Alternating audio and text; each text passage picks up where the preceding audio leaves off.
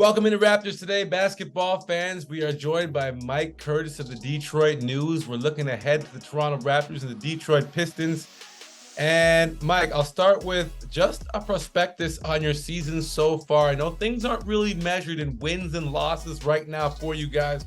Kind of player development is a bit further ahead on the timeline. So how do you see things playing out for these young Pistons? Yeah, the Pistons are in familiar territory, I would say. They're on a 9-game losing streak.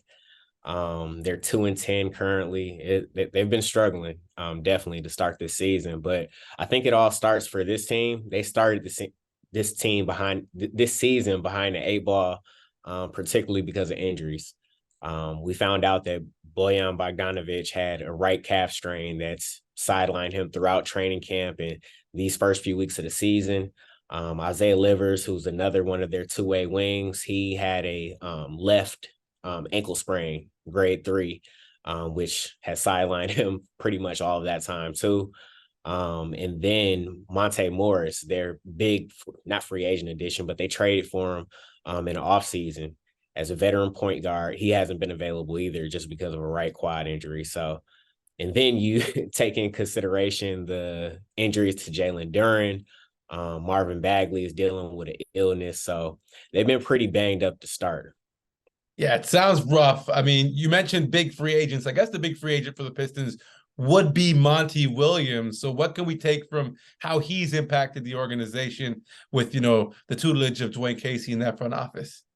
Yeah, Monty has come in and he's established a defensive first mindset. He's had that mindset since the beginning of training camp. It's the reason why you see a guy like Killian Hayes getting the starting nod over Jaden Ivey, who started 73 games last season. And then he has Duren and Stewart up there in the front court. So I think it's interesting because a lot of fans are wondering why Jaden Ivey isn't starting. But I think it's because Monty's prioritizing defense over offense right now, at least until he gets the rest of his roster back healthy. That way he can make a equal assessment of what he has and pretty much put out the best starting lineup from there. You stole my next question because I was going to ask about the Jaden Ivey situation because it just seems like compelling drama to have a player who seemed like a big piece of the picture moving forward for the Pistons kind of take a step back so early, especially when winning doesn't seem to be so high on the list of accomplishments. But culture, again, with Monty is huge. So let's talk about someone who is, kind of blossoming as a defender in the draft pick, Ausar Thompson. Your thoughts on what you've seen from him so far this year? Yeah, I honestly think Ausar Thompson is the Pistons' best defender right now. And that's saying a lot for a 20-year-old guy who's 12 games into his NBA season.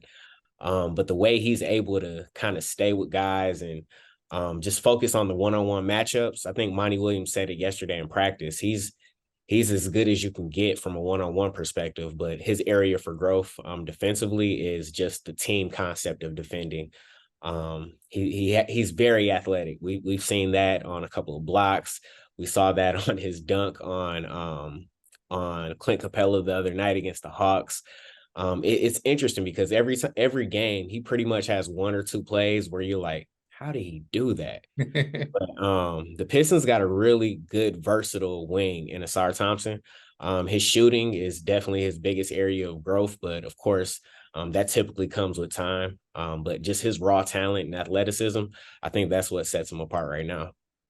All right, I'm surprised it took us this long to get to him. But Cade Cunningham, you mentioned the litany of injuries that the Pistons are dealing with. He's, of course, on his way back to rounding out to the form that we saw a couple of times in the last few years. Thoughts on Cade and where he's at currently? Yeah, Cade came out the gate opening night and scored 30 points against the Miami Heat. And I think everybody thought, we think this is the Cade that we're going to see pretty much for the rest of the season. But it's kind of been a struggle for him. He's leading the league in turnovers with 5 per game. I think a large part of that, though, is because of the spacing issues that comes when you have a starting lineup that's primarily focused on defense. Also, the loss of Jalen Duren. I wrote about this yesterday. I think that's impacting Cade as well, just because he doesn't have that rim roller. I think earlier in the season, those first 3 games, you could tell that pick and roll chemistry that they were developing was blossoming. And Cade would either lob it to Duren for an alley-oop, or he would just find space in the mid-range to get his shot off.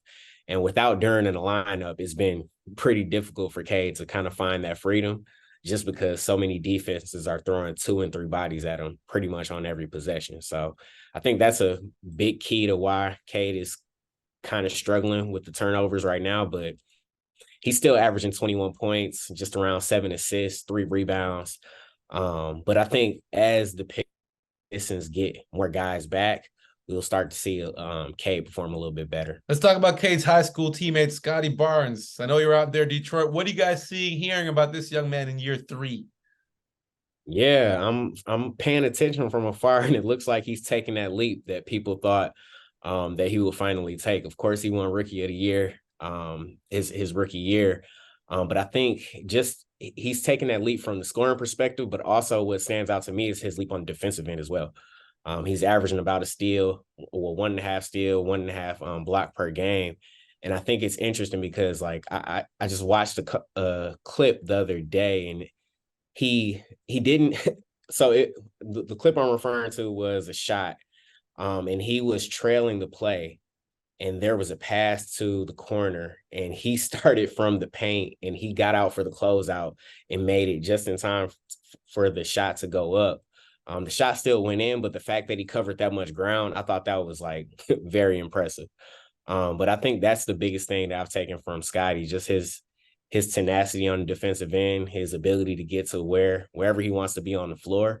And I think it's working out well for the Raptors.